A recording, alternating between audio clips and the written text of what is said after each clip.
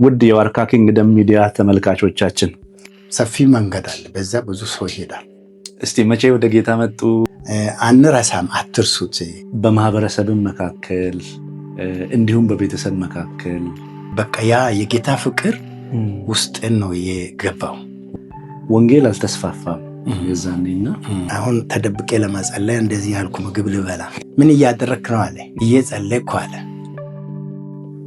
ጸሎትን ሲያኛቷል እና ጦሩን ወርውር አላገኘኝም። ደርግ ዘመን ውስጥ ወንጌል በሚገባ ካልሰራለ ተስፋ የምናደርገው ነገር የለም። አንድ በጣም ተወዳጅ መዝሙር አሉት። እኔ ዓለማዊን አላገባም በሚል ነው በጣም አሁንም ከፍተኛ ስደት የተነሳብኝ። ቡሩካጅሬ እናቴ አንተም ዝም አልክ አልኩት። አንተም ዝም ስላልከኝ ያው መዝሙርን ሳጥን አስቀምጫለሁ። የሚገብሩት አይነት ነገር ቡሩካጅሬኛቴ ኢየሱሳቲ ሲያርገቴ ነፍሱ ገመዳርቲ። ያንን መዝሙር ሰምቶ ብዙ ሰዎች ወደ ጌታ መጥተዋል እያለቀሱ። ያው ትልቅ ለውጥ ነበር፣ ትልቅ ነገር ተደርገዋል። በዛ ቦታ ስደት ስለነበር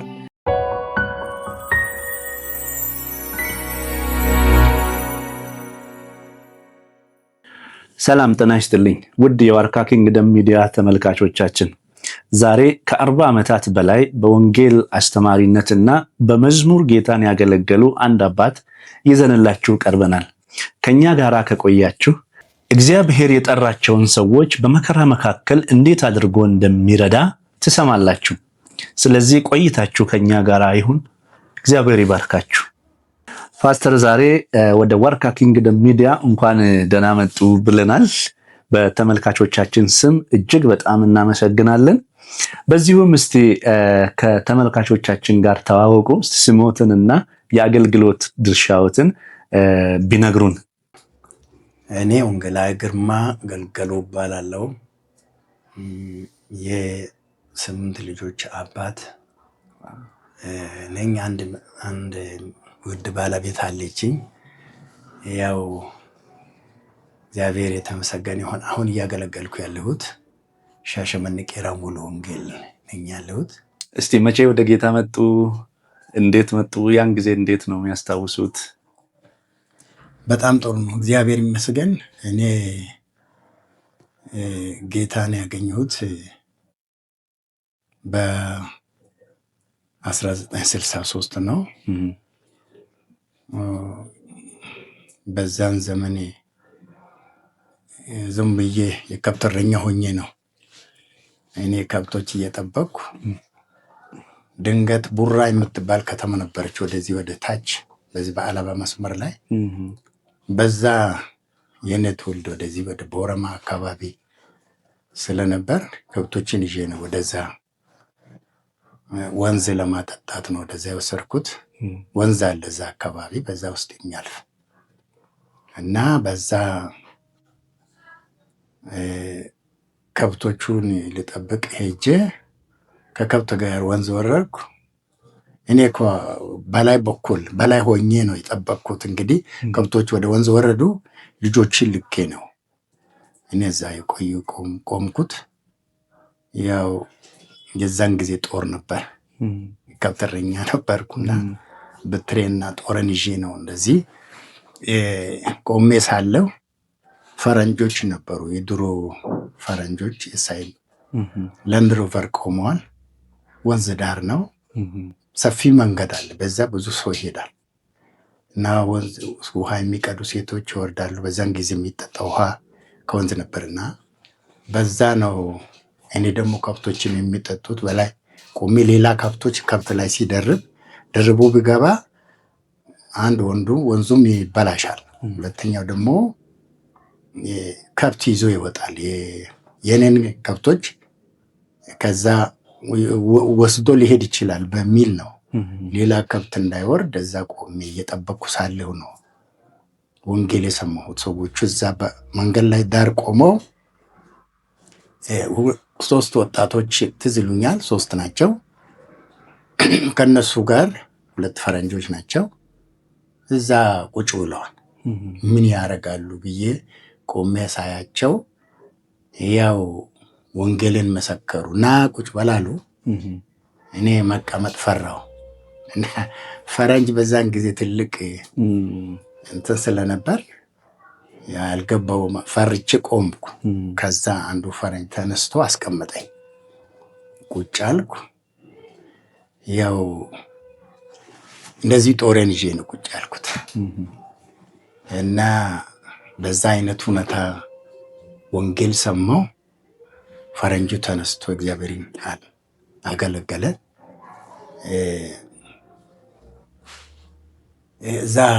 ከዛ በኋላ ፈረንጁ ካገለገለ በኋላ አስተርጓሚ ያለው በኦሮምኛ ይተረጎማል።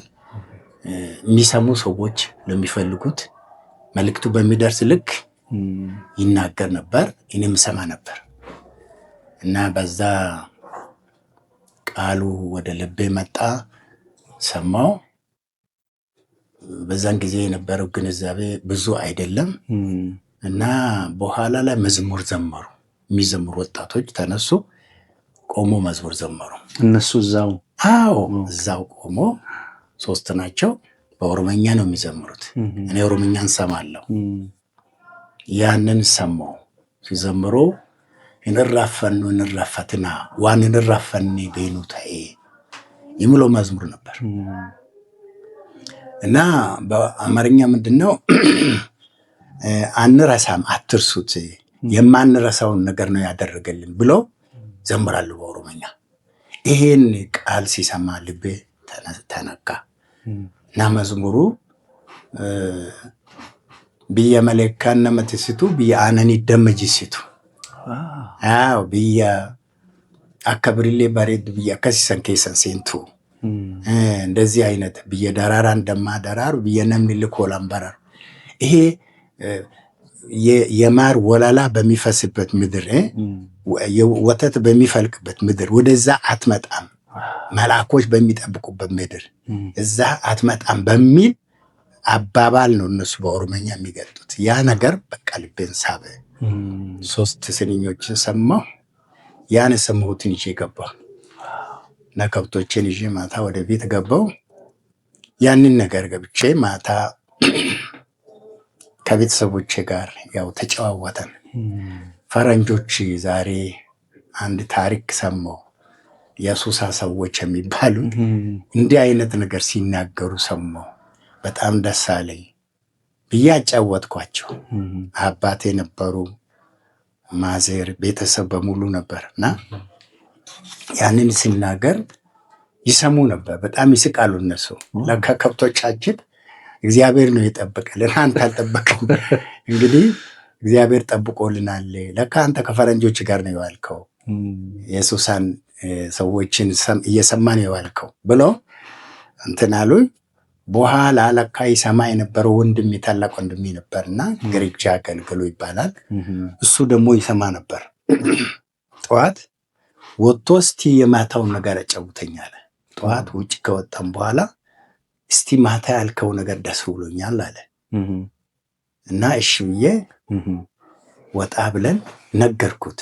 በቃ በደንብ ነገር እንዲህ አይነት ዝማሬ ሰማሁ፣ እንዲህ አይነት መልእክት ነበር እና የጌታን ኢየሱስን ነገር እያሉ ሰዎቹ ይሰብካሉና ይሄን ሰማሁ፣ እንደዚህ ነው ብዬ ሲነግረው የት አገኛቸዋለሁ? እነዛ ሰዎች የት ነው የማገኛቸው አለ። በቃ ይሁድ ዕለት ከሄድክ በዚህ ሰዓት ቀጥረውኛል፣ በቃ እነሱን ታገኛለህ አልኩት። በሳምንቱ ሄዶ ጌታን ተቀብሎ መጣ። እኔ ወንጌልን ሰምቼ አልተቀበልኩትም፣ ፈሪቼ እማከራለሁ ብዬ ነው ወደ ቤት የገባሁት እዛን ቀን። በኋላ እሱ ያንን ወንጌል ሰምቶ ወዳው ጌታን ተቀብሎ ከኔም ከፍ ያለ ታላቅ ወንድሜም ስለሆነ እሱ ያኔ ዶሮ ነጋዴ ነበር። ወደ ከተማ ወደ ሐዋሳም ይሄዳል፣ የትም ቦታ በራሱ በነፃነቱ ይሄድ ነበርና እኔ ደግሞ በአባቴ ቁጥጥር ስር ስለነበርኩ አማክሬ እመጣለሁ ብዬ ነው ትቼ የገባሁት። ያንን ጊዜ ሳስታውሰው በቃ ያ የጌታ ፍቅር ውስጥን ነው የገባው። ወንድምም እንደዛ ነው የሆነው። ከዛ በኋላ ከሱ ጋር 1965 ጥምቀት ነበር። ጌታን ተቀብዬ አሁን ወደ ጌታ ሄዷል። አቶ አኖታ ጋንጌሶ የሚባሉ አሌሉ ቃለ ሕይወት ቤተክርስቲያን አገልጋይ ነበሩ እሳቸው በዛን ዘመን። በዛ ነው ጌታን እዛ ሄጄ ነው ጌታን አገኘሁት። በሚቀጥለው ሳምንት እዛ ሄጄ ጌታን አገኘሁት። ከዛም በኋላ ትምህርቴንም በዛ ምክንያት ነው የገባሁት። ወላጆቼ ሳያውቁ ማለት ነው። ተደብቄ ብዙ ጊዜ ቆየሁ። ምክንያቱም በእነሱ ቁጥጥር ስለነበር ከእነሱ ፈቃድ ውጭ ማውጣት አልችልም ነበር። በዛ አይነት ሁኔታ ከቆየሁ በኋላ ትምህርት ቤት እያለሁ አንድ ቀን ኮንፈረንስ ነበረ እና ኮንፈረንስ ኩየራ ከራራ የሚባል ኩየራ ወደዚህ እዛ አካባቢ ኮንፈረንስ ነበር። እዛ ኮንፈረንስ ጠፍቼ ሄድኩ 3 ቀን። አሁን በዚህ ሰዓት ጌታን ተቀብለዋል? አዎ ጌታን ተቀብያለሁ። ብዙ እኮ አልቆየሁም። ወዲያው ጌታን ተቀብዬ ተደብቄ ነው በቃ ቸርች የሚሄደው። እየተደበቁ ትምህርት ቤት እሄዳለሁ፣ ዛሬ ስራ አለ ምናምን እያልኩ በቃ እየሻወርኳቸው እንደዛ የሚሄደው እና ትምህርቱ ደግሞ ገጠር ነበረ ያኔ። እዚህ አዋሳ ማውጫ ላይ ቃንጨፋ እንትን አለ፣ እዛ ካምፕ አለ፣ የሰራተኞች ካምፕ ነበር። እዛ ትምህርት ቤት መንግስት የከፈተ ትምህርት ቤት አለው።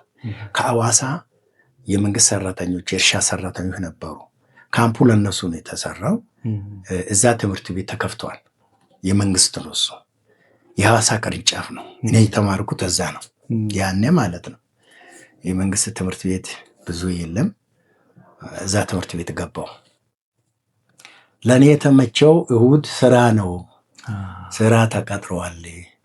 ዛሬ ኳስ አለ ተብሏል፣ እንዳትቀሩ ተብለናል እያልኩ ነው የሚሄደው እና በዛ በኮንፈረንሱ ምክንያት ነው። ኮንፈረንስ ሲደረግ ከቆየው በኋላ ነው። ኮንፈረንስ ወደ 6 ወር ከቆየው በኋላ ኮንፈረንስ ሲደረግ ነው ጠፍቼ ኮንፈረንስ የሚባለውን ነገር ለማየት ነው የሄድኩት። 3 ቀን ኮንፈረንስ ቆየው።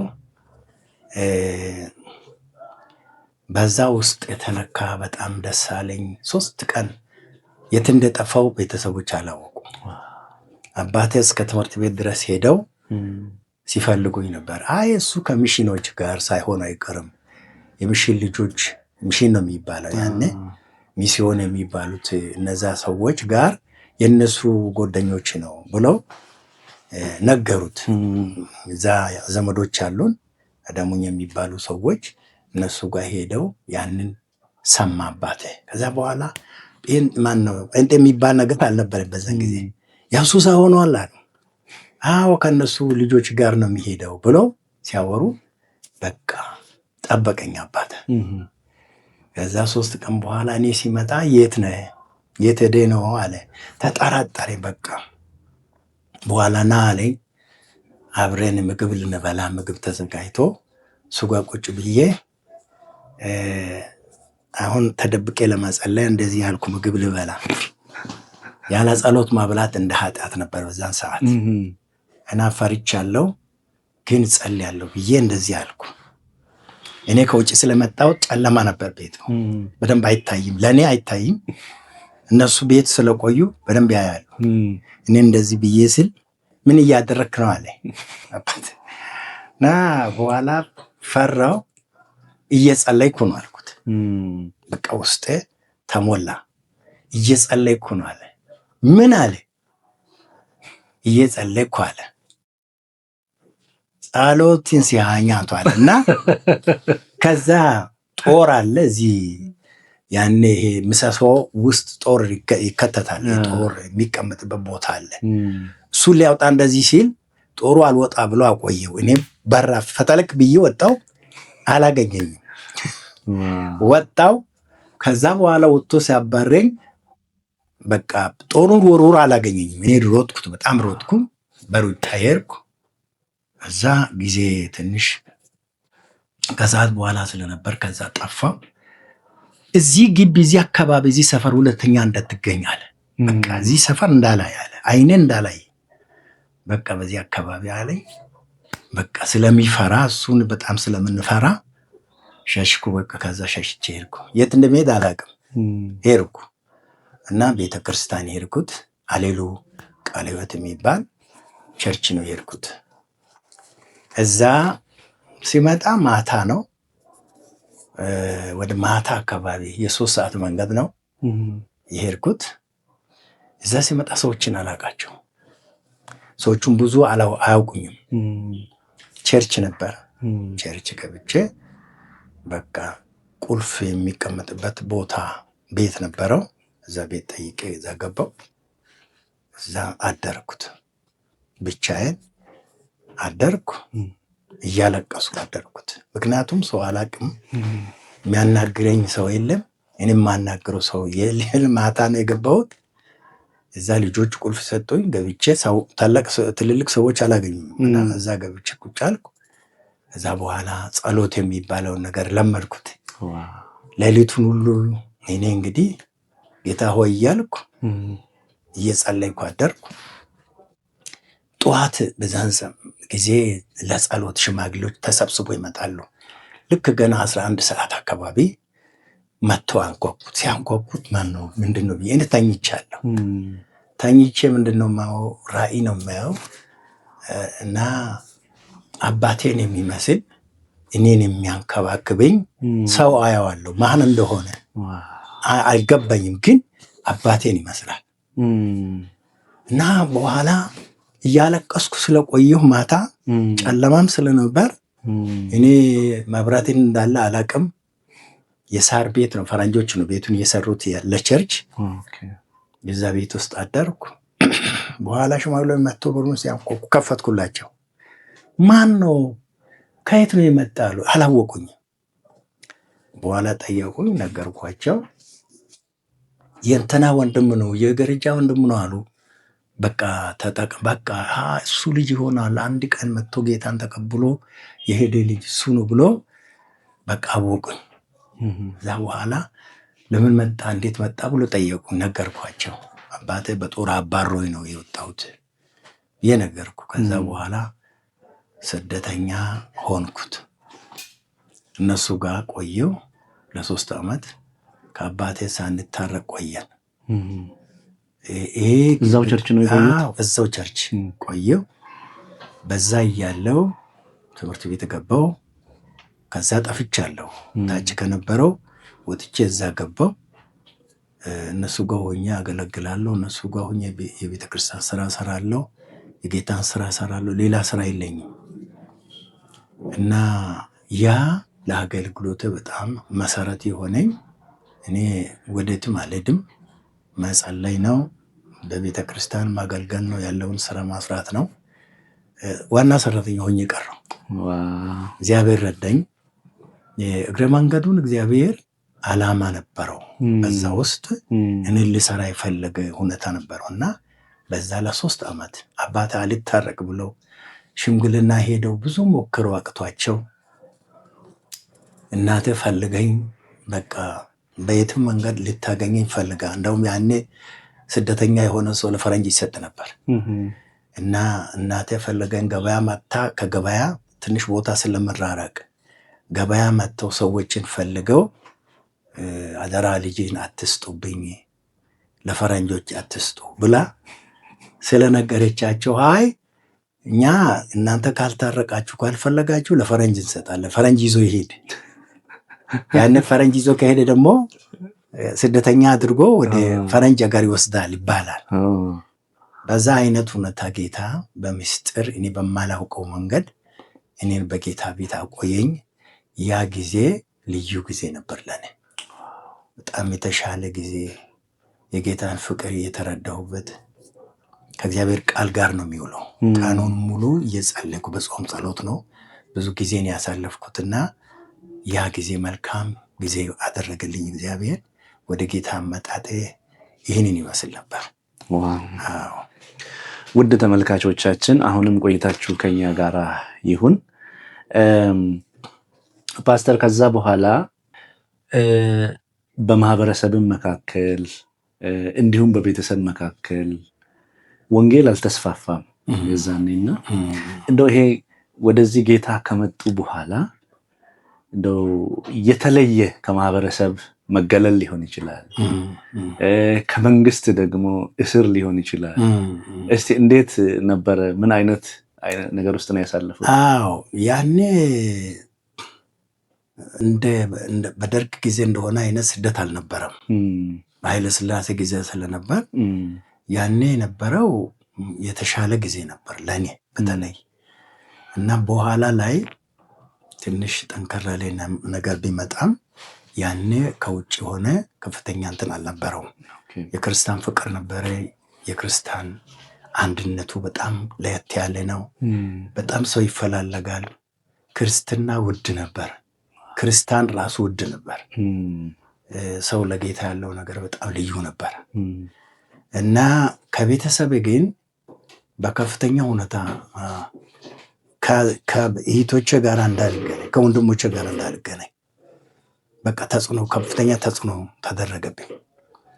ምክንያቱም አባቴ ከኔ ዘር ሚሽን የሆነ ሰው የለም። እኛ ደግሞ ቃልቻ ነን በዘራችን ደግሞ እኛ ቃልቻ ነው የሚባለው።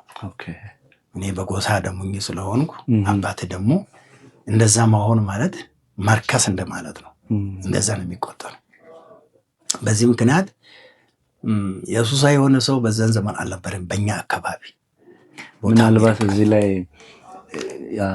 አደሙኜ ቃልቻ ነው ሲሉ ምናልባት እንደዚህ አይነት ይሄ የሚገብሩት አይነት ነገር ነበር? አዎ ነበረ። እነሱ ያ ነገር እንደው ቤተሰብ ላይ ያመጣ ተጽዕኖ አለ? አዎ ያ ነገር አሁን እነሱ ቃልቻ ማለት ገዳ የሚባል ስርዓት አለ አይደለም? ገዳ በሚያደርገው ነገር ቃልቻ ያንን የገዳን ስርዓት በቦታ ተገኝቶ ልክ ያንን ያጸናል የሚባል አይነት ነገር ነበረው። ያ በሴራቸው በህጋቸው እንደዚህ አይነት ህግ ነበረው። በገዳ ሲስተም ገዳ በሚያደርገው ነገር ቃልቻ እንደማፈረም ማለት ነው። ወይንም ቃልቻው ካልተገኘበት በገዳው ስርዓት ውስጥ ቃልቻው ራሱ የሴራ ሰው ነው። በዛ ውስጥ ሴራን ከሚያጸኑት ሰዎች ያ ቃልቻ መኖር አለበት። ገዳ ብቻውን አይወሰንም። እንዲህ አይነት ስርዓት ነበረው እና ይሄ ብቻም አይደለም። ቃልቻ ማለት የሚማርክ ወይንም ምርቃትን የሚሰጥ አያና ወይንም እነሱ በሚሉት የባህል እንትን ነበራቸው፣ ድርሻ ነበራቸው እና ከፍተኛ እንትን ነበር። ያለው ነገር ይሆናል፣ እሱ የመረቀው ነገር ይጸናል ብሎ እንደዚህ ያምናሉ እና እነሱ ያንን ከፍ አድርገው ስለሚመለከቱ ከኛ ወገን እንደዚህ የሆነ የለም፣ ያሱሳ የሆነ የለም። ያሱሳ የሚለውን ነገር ራሱ አይወዱትም። ትልቅ ተጽዕኖ ነበር። እንደዛ ሆነ ከነሱ ጋር ማኖር ራሱ በጣም ከባድ ነበር እና እኔ ተገልዬ ነው የኖርኩት 3 ዓመት። ይቶችን ሳላይ ወንድሞችን ሳላይ በቁጣ ቆራርጬ ነው የኖርኩት። ያ ትልቅ ተጽዕኖ ነበር በእኔ እና ሰው ቤት ገብቼ ከዛ በፊት በሰው ቤት ምግብ ማብላት እንኳን የማልወድ ሰው ነበርኩ፣ በቤተሰቤ ማለት ነው። እና በጌታ ምክንያት ከማውጣቴ የተነሳ የማንንም ቤት ገብቼ የማብላት እንትን ነበረኝ። ያ ደግሞ ተጽዕኖ ነበረ በእኔ ተጽዕኖ ነበረ። ይሄ በምን ምክንያት እንደመጣብኝ ስለማስብ፣ በጌታ ምክንያት እንደሆነ ስለማስብ በሆነ ነገር ደስተኛ ነበርኩ። እግዚአብሔር በዚህ ረድቶኛል። እኔ ከዛ በፊት ቁርአን ትምህርት ቤት መድረሳ ገብቼ ነበር የተወሰነ ጊዜ ወደ ጌታ ከማምጣቴ በፊት እና የቁርአን ትምህርት በተወሰነ ትንሽ ተምሬያለሁ። እዛን ጊዜ በነበረው ማለት ነው። ብዙ አልገፋሁትም፣ ጠልቅ ያለድኩትም። በኋላ በቁርአን ሲማር ጎበዝ ነበርኩ። አባቴ በጣም ስለምወደኝ ያን ዚር የሚባል ነገር ነበረ። እነሱ በመተት የሚሰሩት ነገር በጣም ጎበዝ ልጆችን ሽባ ያደርጋሉ፣ የሆነ ነገር ያድርጉበታል። ከዛ በኋላ አይቀጥሉም በትምህርታቸውም ብቻ ሳይሆን በኖርማል ሰውነታቸው ራሱ ወይ ሽባ ይሆናሉ፣ ወይ እውር ይሆናሉ፣ ወይ የሆነ ነገር ይሆናሉ እና ልጆቼ እንደዚህ እንዲሆኑ ስለማልፈልግ አንተ መቀጠል አትችልም፣ አትቀጥልም ብሎ ከቁርአን ትምህርት ቤት ያወጡ አባቴ ናቸው። በጣም ስለምወድም ማለት ነው። በጣም ውድ ነበርኩ ለቤተሰቤ፣ በጣም ውድ ነበርኩ። ምክንያቱም ብዙ ልጆች አሉ፣ ግን አባቴ እኔም በተለየ አይኑ ነው የሚመለከተኝ። ከዚህ የተነሳ ነው ትንሽ ተጽዕኖ ራሱ የጸናብኝ ከሌሎች ይልቅ። ወንድሜ እያለ ከነሱ ጋር እንኳን እየኖረ እኔ እንዳልኖር በቃ በጣም ነው እንትን ያለኝ አባቴ። ስለዚህ እህቶቼ ጋር እንኳን እንዳልሄድ፣ እህቶቼ ሰላም እንዳይሉም ከፍተኛ ተጽዕኖ አድርገውብኛል። ያ ተጽዕኖ ግን በጌታ ቤት እንዲጸና አድርጎኛል። ከዛ በኋላስ ከኃይለ ሥላሴ እንግዲህ የደርግ መንግስት ነው የቀጠለውና የደርግ መንግስት እንግዲህ ቤተክርስቲያን ላይ በጣም ጫና የፈጠረበት በእናንተ ዘመን የነበሩ ሰዎችም ወደኋላ የተመለሱበት ጊዜ ነበርና ያን ጊዜ እንዴት አለፉት እርሶ? ያን ጊዜ ደርግ ሲመጣ እኔ ትምህርት ቤት ነበርኩ። 66 የህብረት እድገት በህብረት የቁጥና ስራ ዘመቻ የሚባል ዘማቾች ዘምተው ወደ ሀገር ውስጥ ሲበተኑ ከነሱ ጋር ነበር የምናድረው እና እኔ ወደዚህ ፋጂ የሚባል አካባቢ ያኔ እዛ ነበርኩ። 6ኛ ክፍል እዛ ተማሪ ነበርኩ እና ይሄ አቦት የሚባል ነገር ያኔ ትኩስ ነበር እና ከዛ በኋላ መሬት ለአራሹ የሚባል 67 አዋጅ መጣ። በዛ ውስጥ ትምህርት እንማር ነበር። ምንድነው የፖለቲካ ትምህርት። አሁን እነሱ ከዘማች ልጆች ያስተምሩናል። እነሱን እያገለገለን ቸርች ነው የማገለግለው። ከነሱ ጋርም በቸርች በመስጊድ በጣም አንዳንድ ስፍራ ቆይቶ ነው እነሱ እንትን የሚያደርጉትና እድል አገኝቼ ነበር ከነሱ ጋር ለመጣጋት አንዳንድ ፖለቲካንም ለማወቅ እድል አገኝቼ ነበር። ግን ከፖለቲካ ሁሉ ይልቅ ልቤን የሚያረካ የነበረው የእግዚአብሔር ቃል ነበር፣ የእግዚአብሔር ሐሳብ ነበር። በዛን ጊዜ ደርግ እንደዚህ አይነት ነገር ሲመጣ በእኛ ቸርች የነበሩ አሁን ትልቅ የእግዚአብሔር ሰው የሚያገለግሉ የነበረው በዛ ቸርች እኔ በነበርኩበት ቸርች የሚያገለግሉ ጋሻኖታ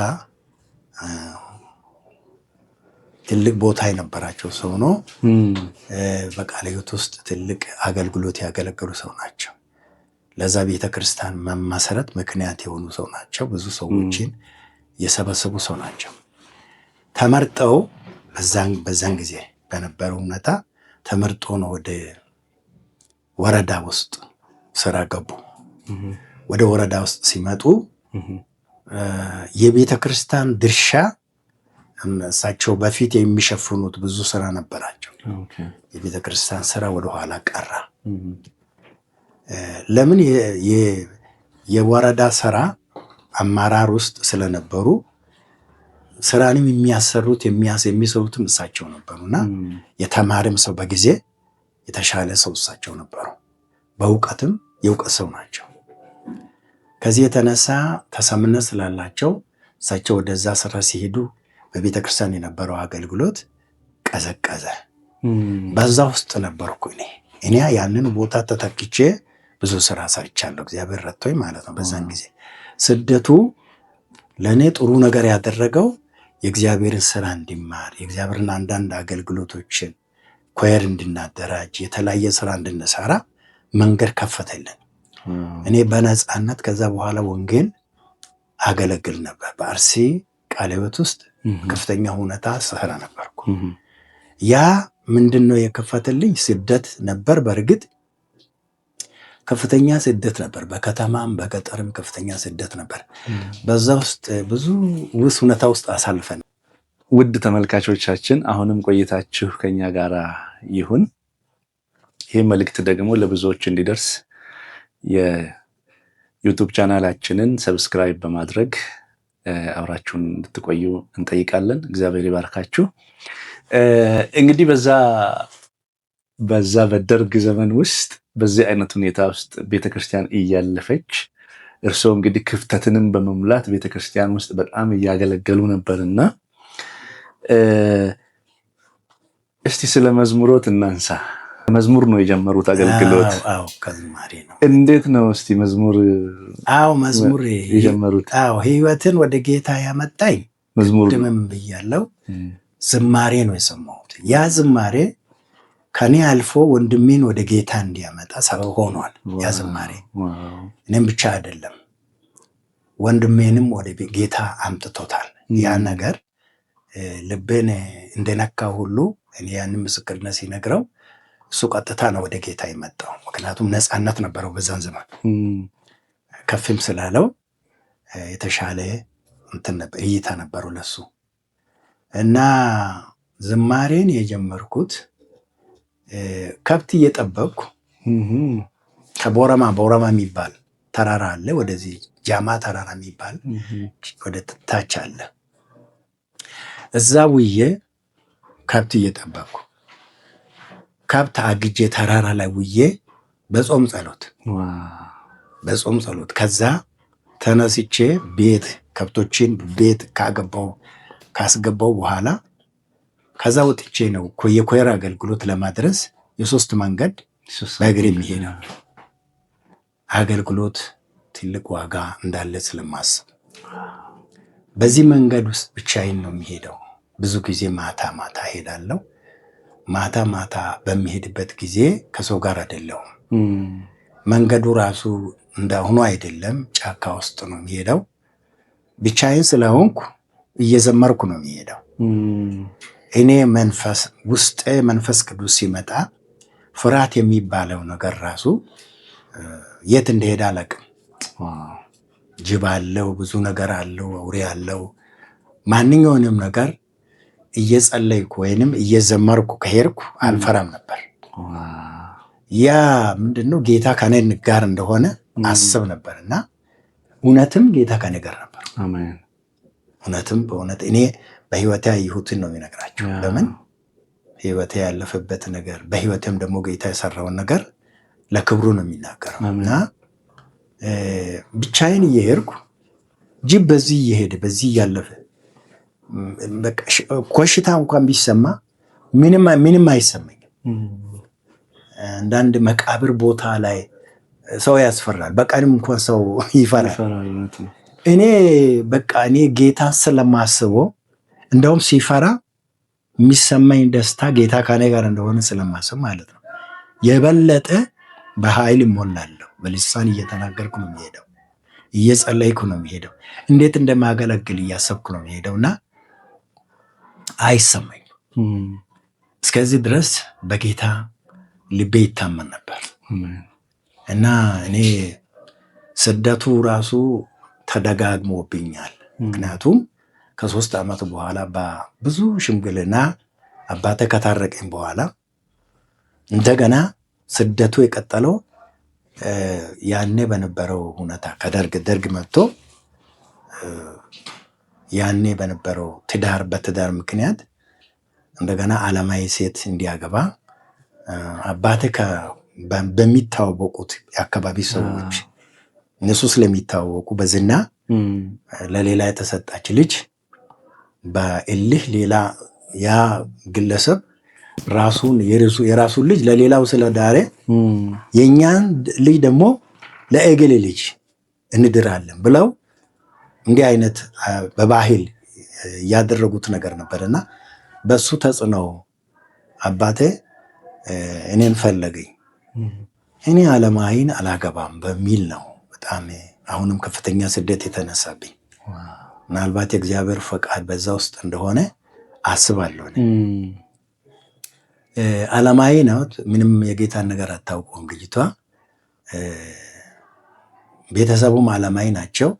ያው የገጠር ሰው እዛን ጊዜ ወንጌል ብዙ አያውቅም እና በዛ ሁኔታ እኔ አልቀበልም ብዬ አባቴን ስላልኩ አሁንም ሁለተኛ ግጭት ተፈጠረ፣ በመካከላችን ጥል ተፈጠረ። አሁንም ስደተኛ ሆንኩ። ምክንያቱም ይሄ በጎሳ ባህል ማለት ነው።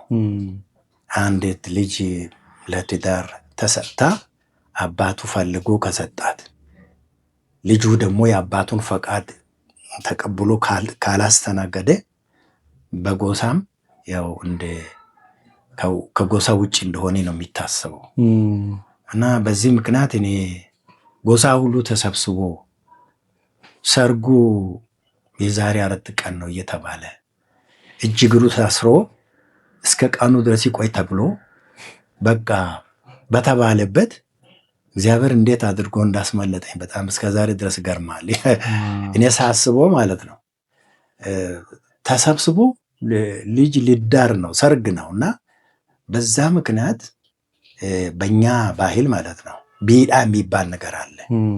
ቢዳ በሚሰጥበት ጊዜ የጎሳን ታላቅነት ወይንም የነዛን ሰዎች ከዛ ሰዎች እንደሚበልጡ ለማሳያት እነሱ የሚያደርጉት ለሚበልጥ ሰው ወይንም ለታላቅ ሰው በማስጣት ይሄንን ያረጋግጣል። ይሄን ለማድረግ እነሱ በተነሱበት ዓለማዊን ልጅ እንዲያገባ ሲወስኑ ልጄ ከሆንክ እኔ የሚለውን ማስማት አለብኝ ብሎ በተነሳብኝ ጊዜ አይደለም፣ እኔ የእግዚአብሔርን ቃል ሰምቻለሁ፣ መጽሐፍ ቅዱስ ብቻ ነው ያዝኩት። መጽሐፍ ቅዱስ አይፈቅድም፣ እግዚአብሔር አልፈቀደም። እንዴት መጽሐፍ ቅዱስ ይከለክላል ወይ? ትዳር ይከለክላል። ጴንጤ እያገባ አይደለም? የእናንተ ሰዎች አግብቶ የለም? ሽማግሌዎች አግብቶ የለም? አንተ እንዴት ገብቻን መጽሐፍ ይከለክላል ትላለህ ብሎ ሁሉ በጣም ተከራክረውኛል። እና በዛን ጊዜ የሆንኩትን የሚገርም ነገር ነው። እኔ አባቴ የሚለውን ነገር ሰማ ብሎ ብዙ ሰዎች መክረውኛል፣ ክርስቲያኖች ሆኑ። እና አጋጣሚ እነሱ ተሰብስቦ እኔ ሳላውቅ በተሰባሰቡበት መካከላቸው ሄጄ መልእክት ንገር ተብሎ ተላኩና ሄጄ ሌላ ነገር መስሎኝ ነው እኔ የሄድኩት። እነሱ ተሰብስቧል፣ በቃ ጎሳ ሁሉ ተሰብስቧል፣ አንድ ቦታ ተቀምጠዋል። ለዛ ሰርግ ምክንያት ማለት ነው። ድንገት መጠውባቸው በቃ እዚህ ተገኘ፣ አሁን ይታሰር፣ አሁን ይገረፍ፣ እምቢ ካለን ይገረፍ። ህግ እንኳን አልነበረም እዛን ጊዜ የሚደርስ ህግ እንኳን አልነበረም። የጎሳ ህግ ደግሞ ከፍ ያለ ነው። ከኛ በላይ መሆን እንዴት ይችላል ይሄ ልጅ ብሎ ተነሱብኝ። እኔ እንግዲህ ሰው አልነበረኝም፣ መጽሐፍ ቅዱስ ብቻ ነው ያዝኩት። ጌታ ሆይ አልኩት፣ በቃ በአንተ ታምኛለሁ፣ ይሄው መጽሐፍ ያንተ ነው። እውነት ከሆንክ ዛሬ ወይ ማሞት ነው ወይ መቀጠል ነው ከአንተ ጋር ብዬ ተወራርጄ ሄድኩ። ይሄ ስብሰባ አካባቢ ሰፈሩን ሞልቶታል፣ ሰው ተቀምጧል እንዳለ። እና እኔ ሲመጣ እሺ ብዬ የመጣው መሰላቸው ለብዙዎች። ግን እኔ እዛ ደርሼ መልእክት ለመናገር ነው የመጣሁት ብዬ ሲነግረው አባቴ ምንድነው መልእክቱ አለኝ።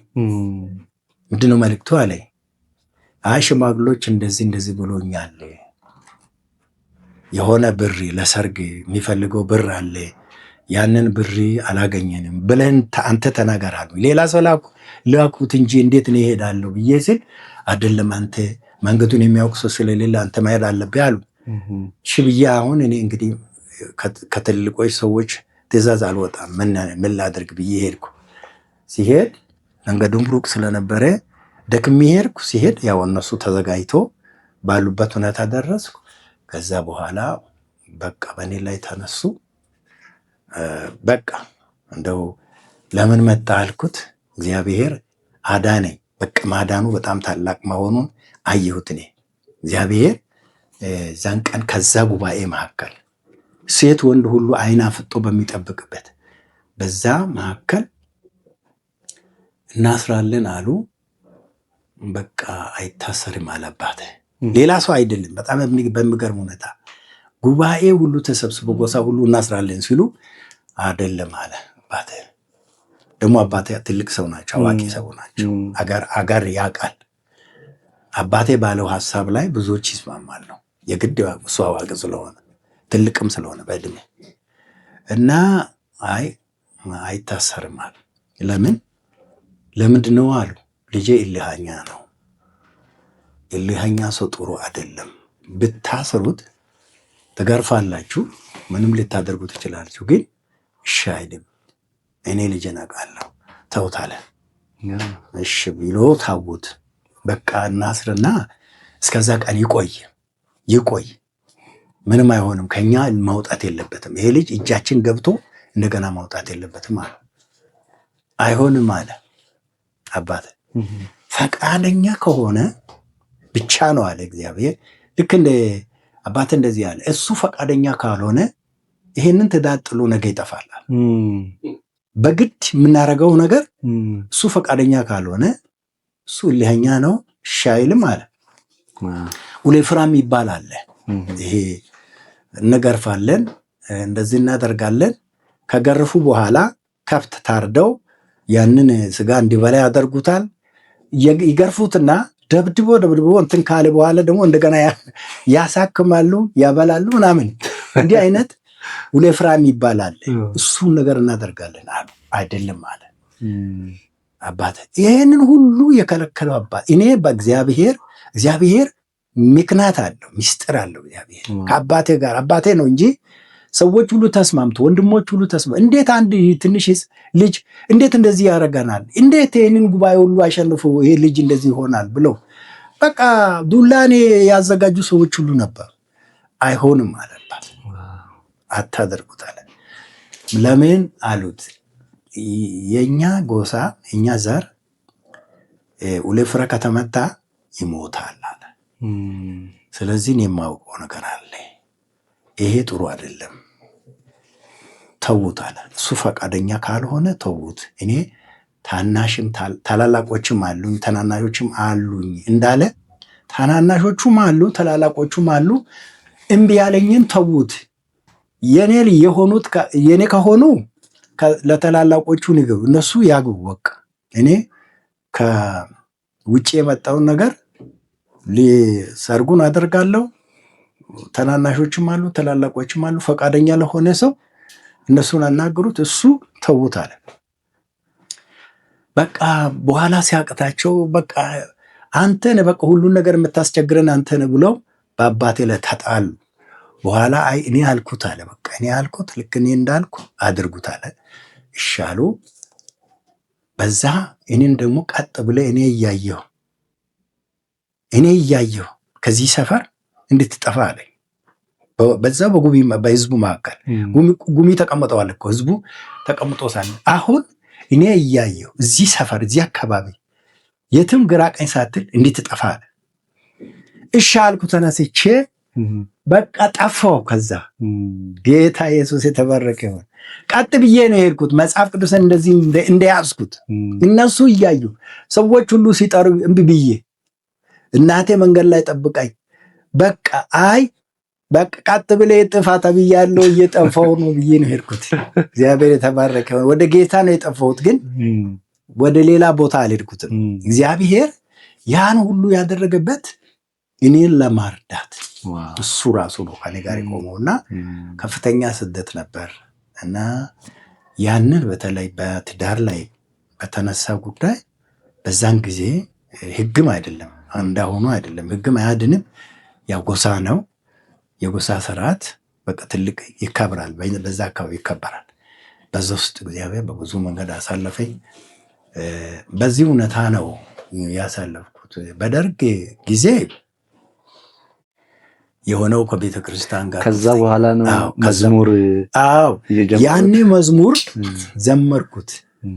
የመጀመሪያ መዝሙር ሲዘምር ምንድነው የሚመጣብኝ? እኔ በቃ ሲናደድ ወይንም ሲጸልይ መዝሙር ይመጣልኛል። በቃ ሲሰማኝ ለምንድነው ይሄንን ሁሉ ያርኩት? ለምንድነው ይሄ ሁሉ ፈተና የደረሰብኝ? አባቴ እያለው እናት እያለው ወንድሞች እያሉኝ ብቻዬን ለምን ሆንኩ ብዬ ሳስብ መዝሙር ይመጣልኛል። እኔ ከሁሉም የተገለልተኛ የወርኩበትን ምክንያት ሳስበው ዘምራለሁ። ሲዘምር ደግሞ ደስ ይለኛል፣ ሐሴት አደርጋለሁ፣ ውስጤ በደስታ ይሞላል። መዝሙር አንድም እንደዚህ ነው፣ ሁለትም ደግሞ ሌሊት ሲተኛ ተነስቼ ነው የምጽፈው። መዝሙር ይመጣልኛል፣ ዘምራለሁ። ከዛ በኋላ ማታ ጽፌ ጠዋት የሚዘምራቸው ዝማሬዎች ነበሩ። ጸልያለሁ፣ ብዙ ጊዜ ጸልያለሁ። እና ያኔ ከፍተኛ ስደት እያለ ፈተናዎች እያሉ መዝሙር በጣም ይመጣልኝ ነበር በጣም እና በየሌሊቱ መዝሙር ጽፋለሁ።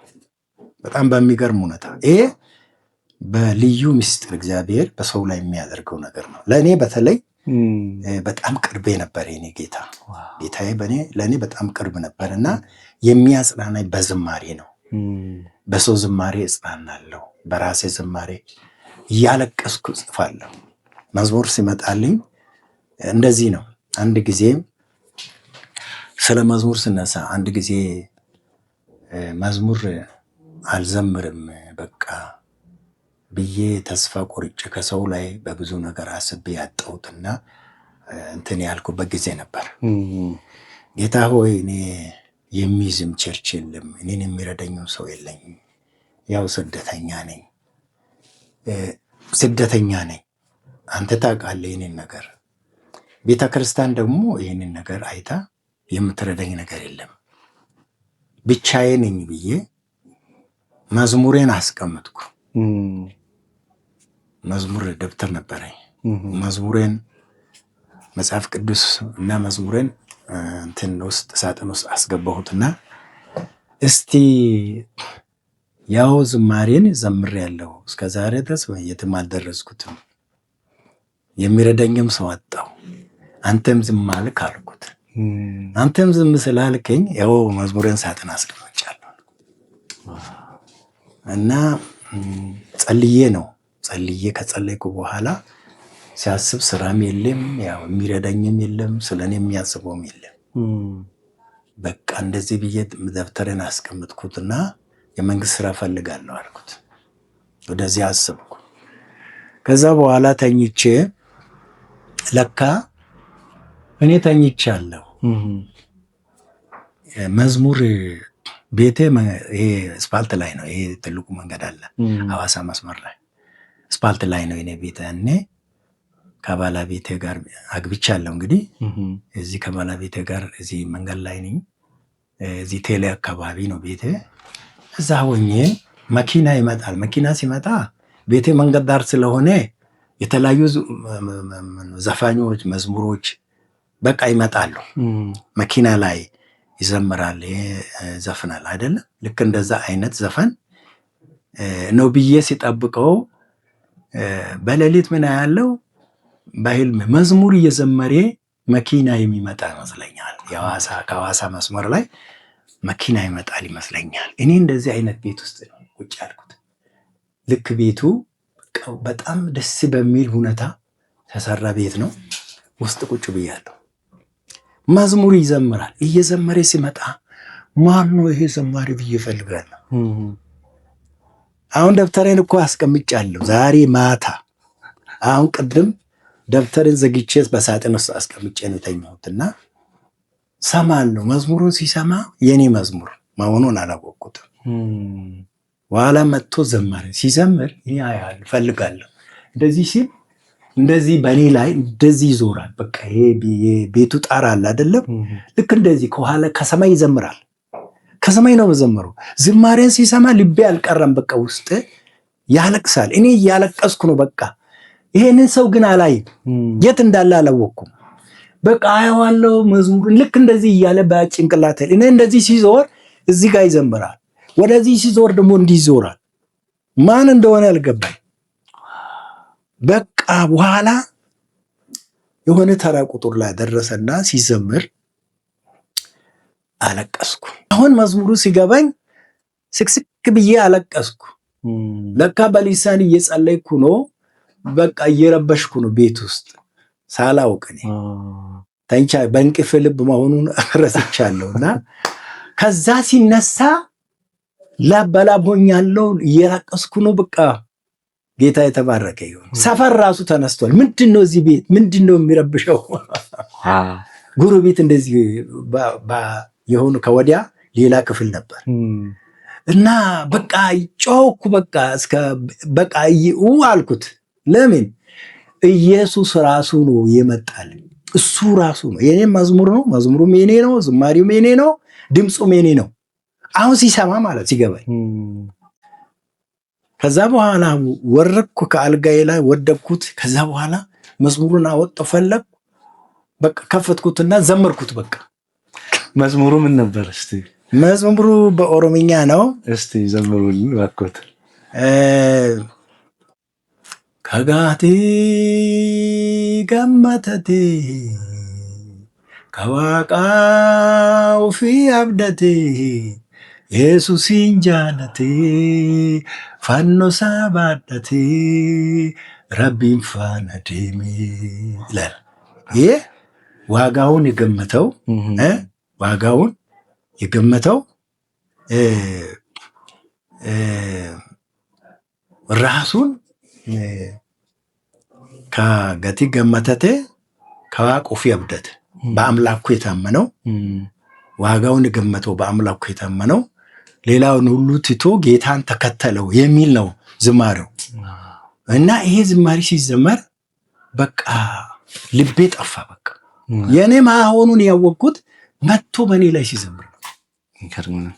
በቃ ያ ቤት በቃ ያ ነገር አይረሳኝም። በቃ እና ከዛን ቀን ጀምሮ ነው መዝሙሬን ያወጣሁት። እስከዛሬም እዘምራለሁ። ያው ከመዝሙሩ ጋር አልተጣላም። እስከዛሬ ጌታ የተባረከ ይሁን። ውድ ተመልካቾቻችን መልካም ቆይታ እያደረግን ነው። አሁንም ቆይታችን ይቀጥላልና ከኛ ጋር ሁኑ። አንድ በጣም ተወዳጅ መዝሙር አሉት። ቡሩካ ጅሬ እናቴ የሚለው እርሱ ነው የዘመሩትና በጣም ታዋቂ ነው። እኔ እንደውም ማን እንደዘመረ አላውቅም። ቅርብ ጊዜ ነው ሰዎች የነገሩኝና እርሱ እንደዘመሩት ይሄን መዝሙር እስቲ ይሄን መዝሙር ዘምሩልንና ስለዚህ መዝሙር ደግሞ ይነግሩናል።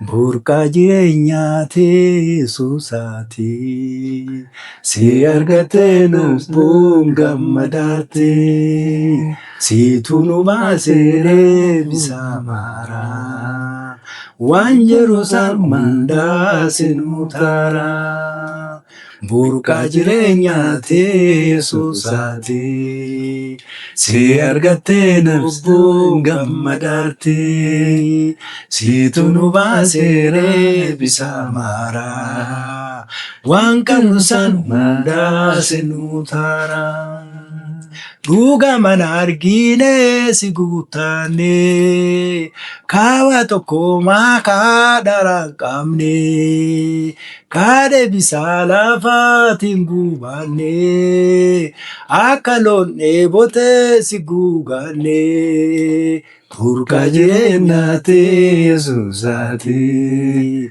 si argattee lubbuun gammadaartee siitu nu baaseeree bisaa maaraa waan jiru san hundaa sinuu taara። አሜን ሃሌሉያ። እንዴት ጻፉት ይሄን መዝሙር? አዎ መዝሙሩ ብዙ መዝሙር ነው።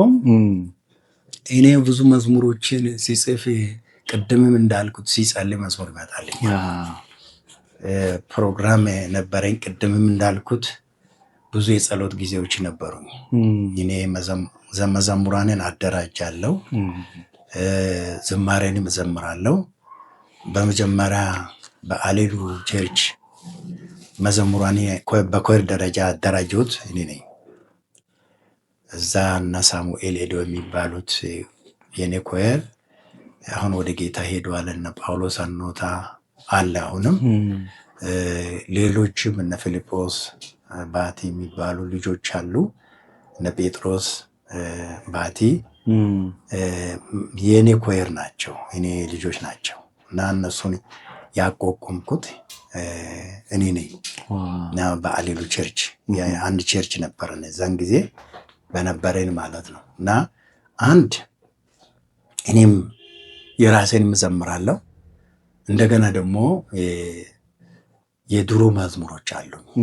የድሮ መዝሙሮች የሰማኋቸው ያደግኩበት እነሱን ዝማሬ ከአድቬንቲስት ከዚህ ዙሪያ አካባቢ ከአባቶች የሰማሁትን መዝሙር በጣም ወዳለሁና መዝሙር ለእኔ ልዩ መልእክት ነው የሚሰጠኝ በውስጥ ማለት ነው። ያ ዝማሬ ያው ለአገልግሎት መነሻ ምክንያት ነው፣ እሱ ነው። አንድ ጊዜ እንደውም ዝማሬን ለአገልግሎት እዚህ ጀምጀም አውራጃ አካባቢ ወደ 1974 75 ነበረ 75 እና 74 እዛ አካባቢ አገልግያለሁ እጄ ለአገልግሎት እና ጉጂ ውስጥ ነው። ጋሽ አፈወርቅ የእኛ ቸርች ፓስተር ናቸው። ከእሳቸው ጋር ነው ለአገልግሎት የሄድኩት። ጋሽ ታከለ ፓስተር ታከለ አሰላ ሙሉ ወንጌል ፓስተር ናቸው። አብረን ነው ይሄን ነው እና እንደ አለማየሁ የሚባል ወንድም ወንጌላዊ ናቸው። ከነሱ ጋር ነው እዛ ሄደን ያገለገል ነው። ለአንድ ሳምንት እዛ አገልግያለሁ እና ያኔ በተከታታይ አሁን ወደ ሻክሶ አካባቢ ወደዚህ ከዛ ገጠር ውስጥ ነው ደርግ ጊዜ ነው እና የኔም መዝሙር እዛ ሲዘምር እነዚህ አገልጋዮች ከኔ ጋር አብሮ የሄዱት ራሳቸው ገረማቸው። ምክንያቱም ህዝቡ ኦሮምኛን ስለሚሰማ ያንን መዝሙር ሰምቶ ብዙ ሰዎች ወደ ጌታ መጥተዋል እያለቀሱ። ያው ትልቅ ለውጥ ነበር፣ ትልቅ ነገር ተደርገዋል። በዛ ቦታ ስደት ስለነበር ምን ነበር መዝሙሩ? መዝሙሮቹ ብዙ ናቸው የኔ መዝሙሮች። አሁን እዛ ያገለገልኩበት ብዙ ያኔ ኤማ ኤኑትማና ቺቲኬና አማ ኤኑትማና ችግሪኬና ኢየሱስ ቱ ጅሬኛ ኑሲማኤና ኢየሱስ ቱ ጅሬኛ ኑሲማኤና። ይሄ ማለት ነው? ያው አሁን ለማን ነው ምስጢራችንን የምንናገረው? አሁን ለማን ነው ችግራችንን የምናወራው? ኢየሱስ አንተ ህይወት ነህ፣ አንተን ነው የምጠብቀው። ስደት ነበር፣ በጣም ኃይለኛ ስደት። እንደውም እኛ ከሄደን በኋላ እነዛ ቤተክርስቲያኖች ቸርቾች ተቃጥለዋል። ብዙ ጉባኤ ተበትኖ በብዙ ሁኔታ የታሰሩ ሰዎች ነበሩ። በአመቱም ተመላልሰን እዛ ሄደናል እና አገልግያለሁ። ምንም ዳኛ የለም። ዛን ደርግ ጊዜ ደግሞ በጣም ከፍተኛ ችግር በነበረበት ሰዓት ዳኛ የለም፣ ማንም የሚሰማ የለም። ግን እግዚአብሔር ይሰማ ነበር። በዛን ጊዜ የነበረው ነገር በመልእክቶች በተለያዩ መልእክቶች ይመጡ ነበር።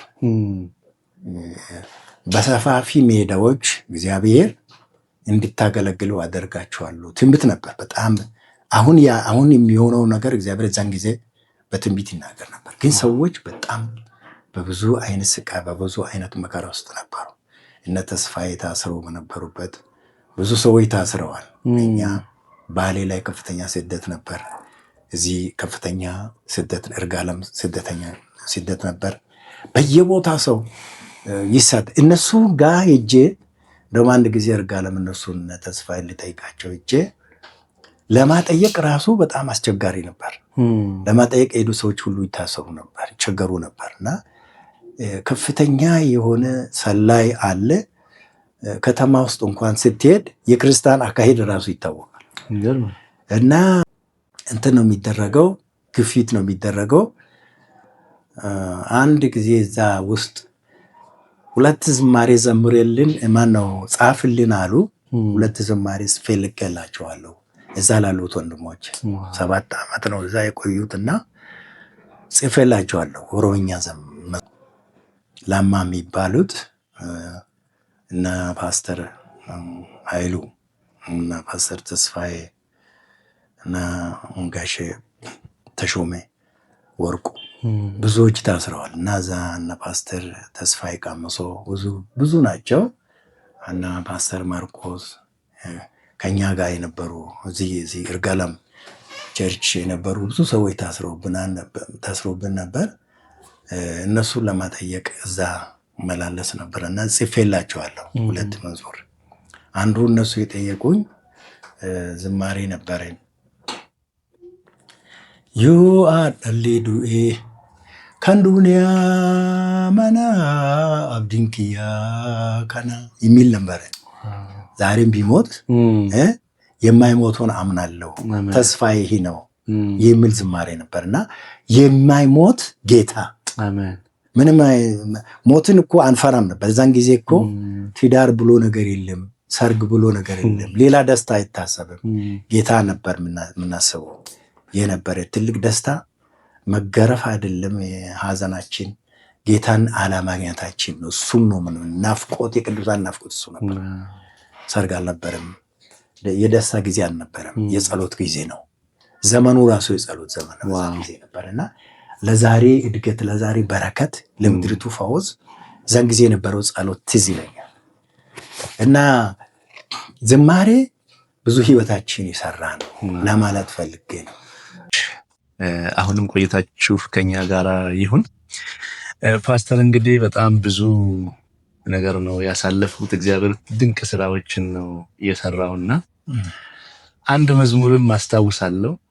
በዛው እስቲ ስለዚህ መዝሙር ይነግሩንና ከዛ እሱ መዝሙር ዘምረውልን አሁን ዛሬ ደግሞ ለሚያገለግሉት ወጣቶች በዚሁ ደግሞ እስቲ ትንሽ ምክር። በዚህ በአርሲ ምድር ላይ አሁንም ትልቅ ጸሎት አለን። የአርሲ ምድር ወንጌል ከደረሰ ትንሽ ገፋ ብለዋል። ከወላይታ ወንጌላውያን፣ ከከምባታ ብዙ ሰዎች መጥተው እዚህ ዋጋ ከፍለዋል። ድሮ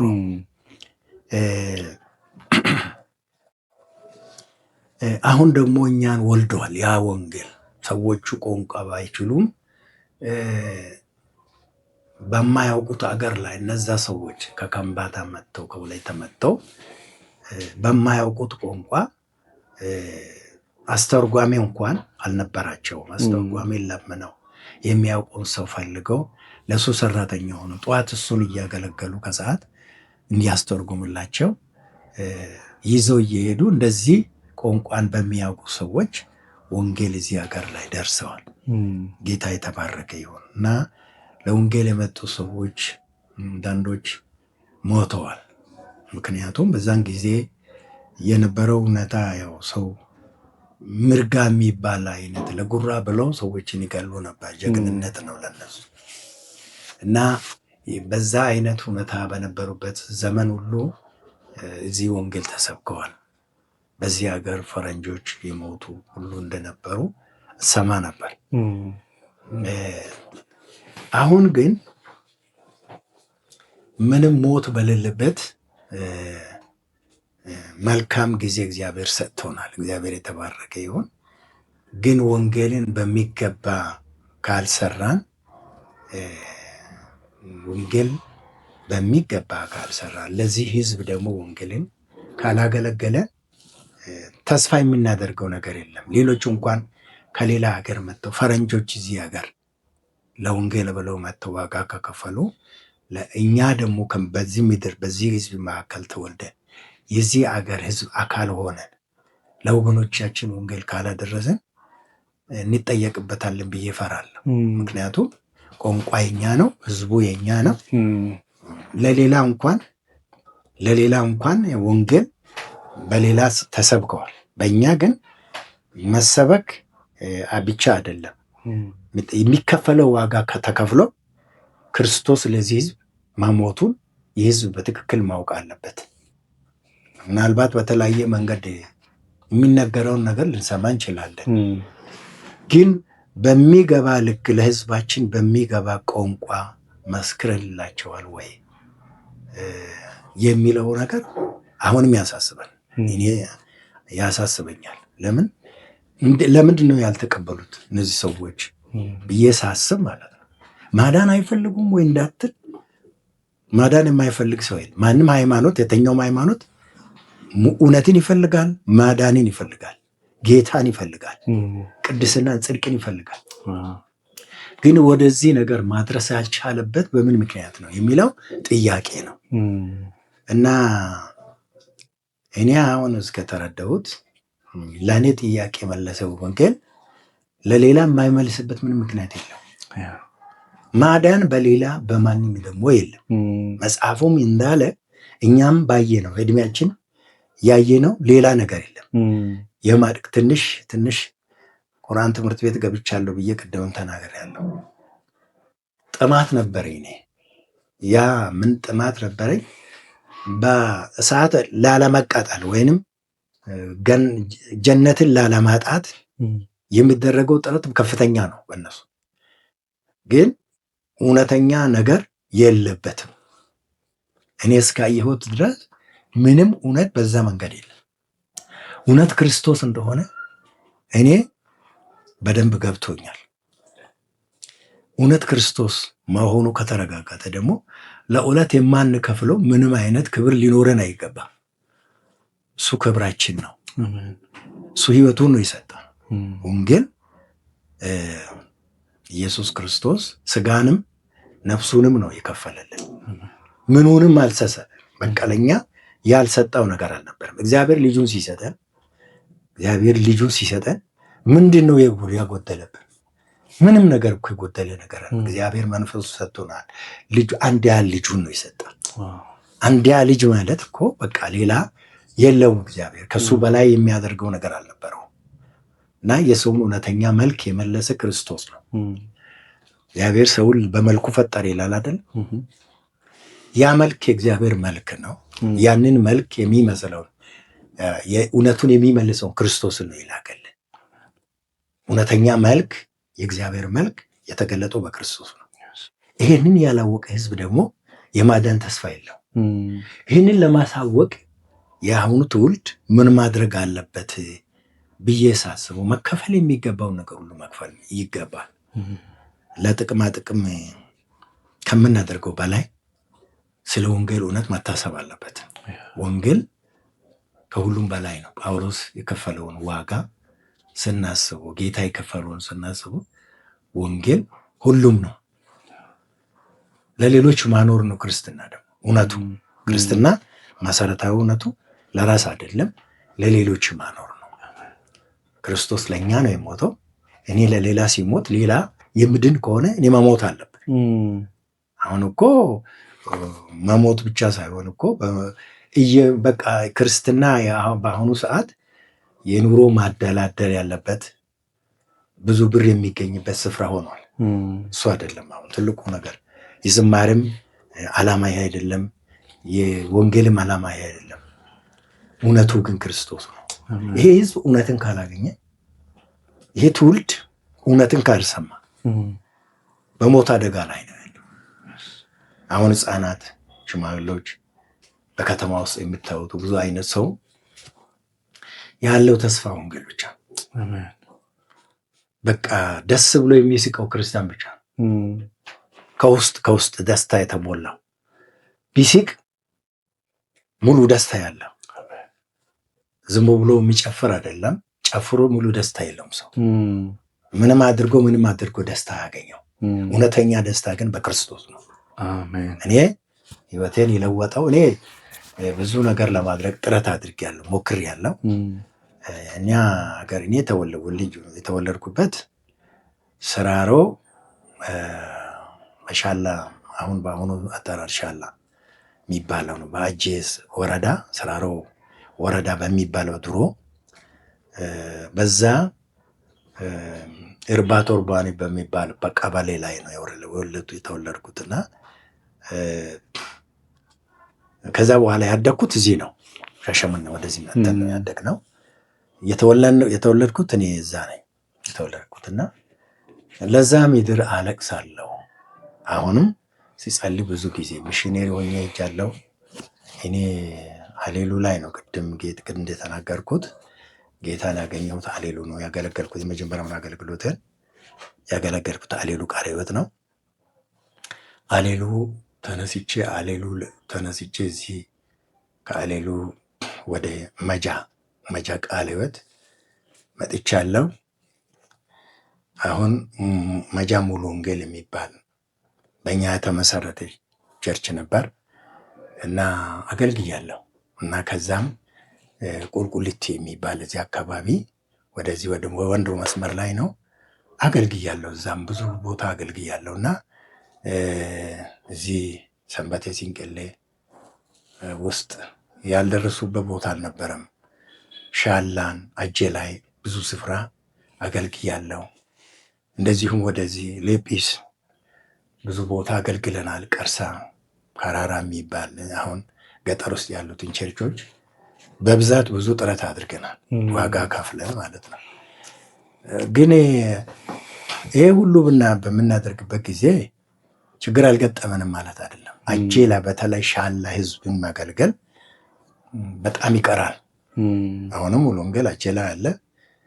እኔ በነበርኩበት ጊዜ እኔ ራሴ ያሰሩት ቸርች ነበር እዛ። አሁን ሌሎች ሰዎች አሉ።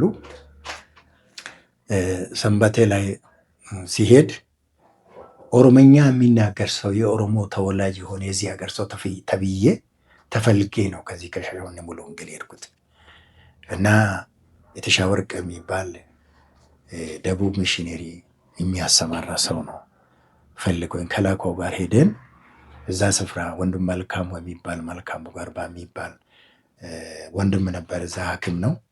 እዛ የሚሰራ ሰንበቴ ላይ ብዙ ዋጋ የከፈለ ሰው ነው።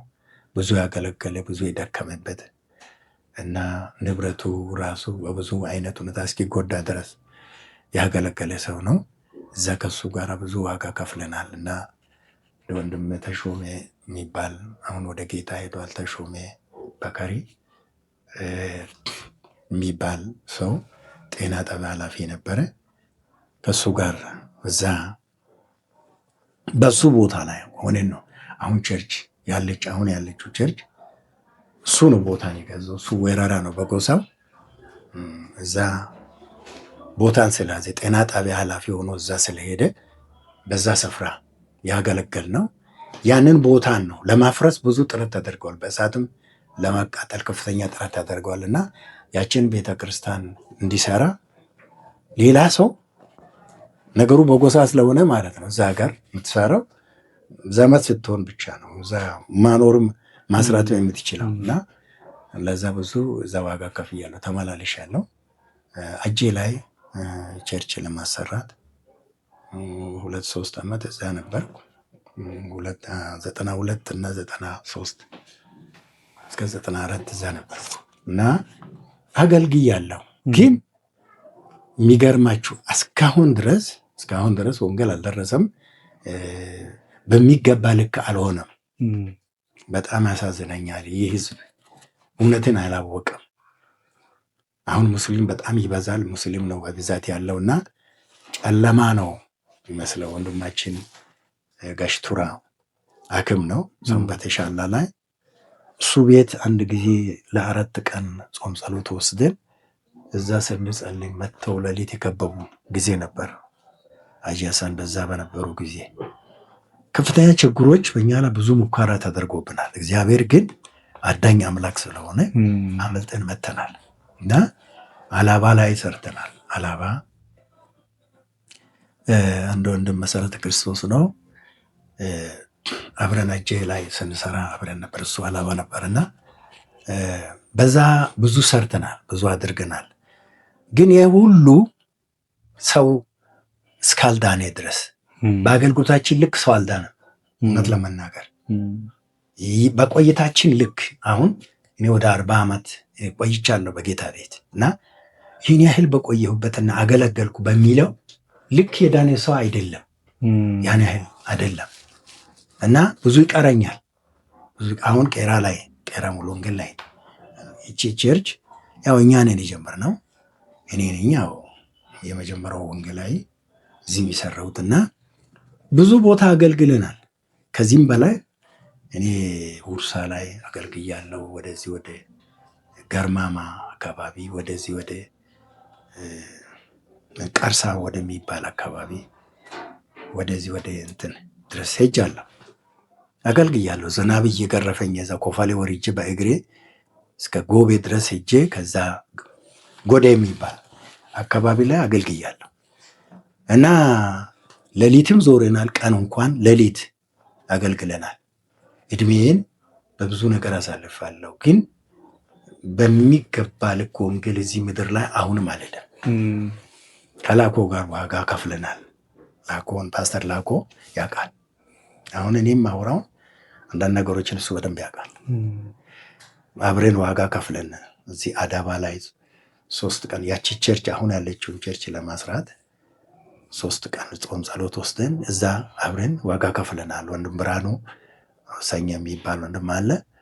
እሱ ላይ ስናገለግል በዛ ዙሪያ ቃሉ አካባቢ ሰርተናል። ብዙ ሀገር አንዳንድ ጊዜ ሞቶር እንኳን እየለመንን የኛ ያልሆነ ሞቶር አልነበረም በዛን ጊዜ እንደዛሬ አይደለም። በወንዝ ላይ እየወደቀን እሱም በማይችለው መንገድ በሞቶር እየሄደን በቃ ብዙ ዋጋ ከፍለናል እና ምንም ከፍለን ቢሆን ወንጌል ቢደርስ እኔ ደስታዬን አልችልም። ወንጌል አገለገልነው በምለው ልክ እየተገለገለ አይደለም፣ እየሄደ አይደለም። ብዙ ሰው አምኗል፣ እንደ ድሮ አይደለም። ብዙ ሰው አለ፣ ዘማሪ መዓት ነው ምናምን ይባላል፣ ግን አይደለም። አሁንም ገና አላገለገልንም። ህዝባችን አልዳነም። ትውልድ ማዳን አለበት። እውነት ለመናገር ወገኖች ትውልድ ማዳን አለበት። በቆይታችን ልክ አልዳነም። ስለዚህ ወንጌል ህዝቡን ማዳን ዋናው ዓላማ የቤተ ክርስቲያን ተልኮ ታላቁ ተልኮ ነው። በዚህ ልክ ካልሰራን በዛ አይነት ሁኔታ አስበን ካላገለገል ካልሰራን በቃ ብዙ ነገር ይቀረናል እና አልዘመርንም።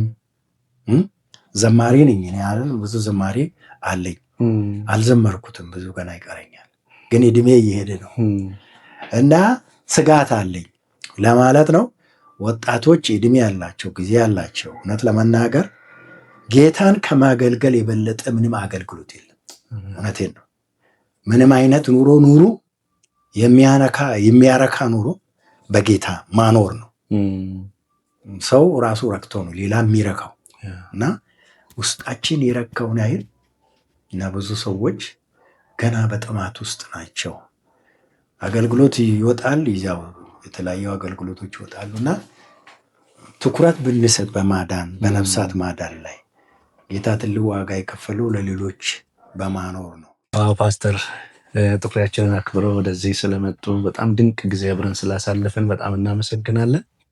ውድ የዋርካ ሚዲያ ተከታታዮቻችን የዛሬውን ፕሮግራም በዚህ ላይ ጨርሰናል። ሳምንት ከአዲስ እንግዳ ጋር እንገናኛለን። የዩቱብ ቻናላችንን ሰብስክራይብ፣ ሼር፣ ላይክ በማድረግ አብረውን ጌታን እንዲያገለግሉ እየጠየቅን ቸር ሰንብቱ።